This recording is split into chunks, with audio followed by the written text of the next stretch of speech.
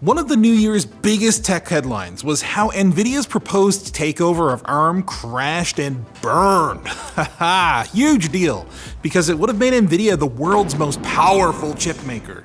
So, why exactly did the deal fall through? Well, ARM's an incredibly important company because it designs chips for lots of other companies. Instead of manufacturing chips for itself, ARM licenses its designs out to other firms, many of whom compete with each other.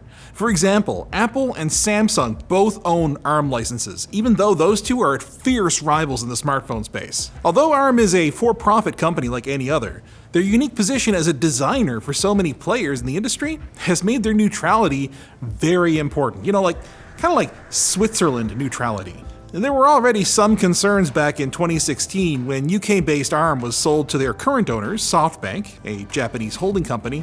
But because SoftBank wasn't already in the business of chip making, the deal eventually went through without incident. But the proposed Nvidia acquisition was very different. Nvidia was already one of ARM's licensees, and it was directly competing with other companies like AMD and Intel that also depend at least partly on ARM's designs. Now, there are other companies that produce chips on a contract basis for its competitors. Samsung is a good example of this, producing chips for Nvidia. But this is more on the manufacturing side.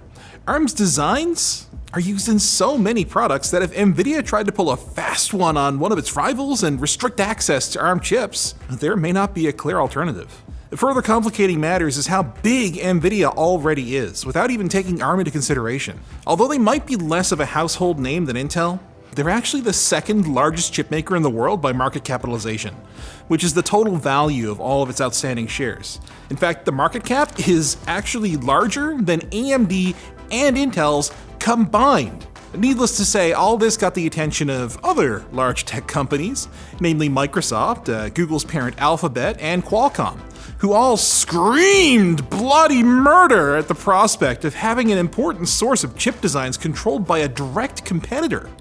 And Apple, which uses ARM for most of its devices, already had a frosty relationship with Nvidia, owing in part to issues with faulty GPUs around 2008 and 2009. Apple systems were among those affected, and Nvidia allegedly did not provide adequate monetary support to Apple to help fix those problems. So, would Apple be happy if they had to rely on Nvidia for their new Apple Silicon lineup? Okay, so those are the concerns, but who actually shut the deal down?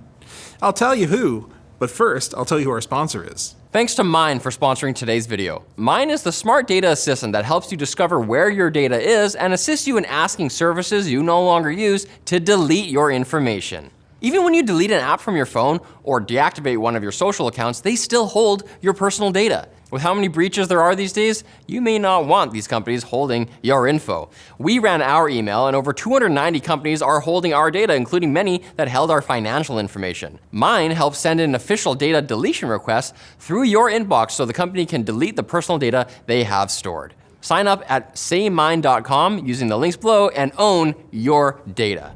The concerns of Nvidia's rivals were very much taken into consideration by regulators in several powerful countries. It's hard to get the West and China to agree on anything these days, but regulators from the US, the UK, the EU, and China all opposed the deal. The Western powers were primarily concerned about the buyout being anti-competitive and possibly allowing Nvidia to restrict access to chip designs. The UK in particular was also worried about its own national security as ARM is based in Britain. Meanwhile, China had its own security concerns as it wants to use ARM designs in its own chips, and didn't like the idea of having to buy them from Nvidia, an American company, as if ARM losing the market neutrality wasn't already enough. So the deal was unsurprisingly blocked.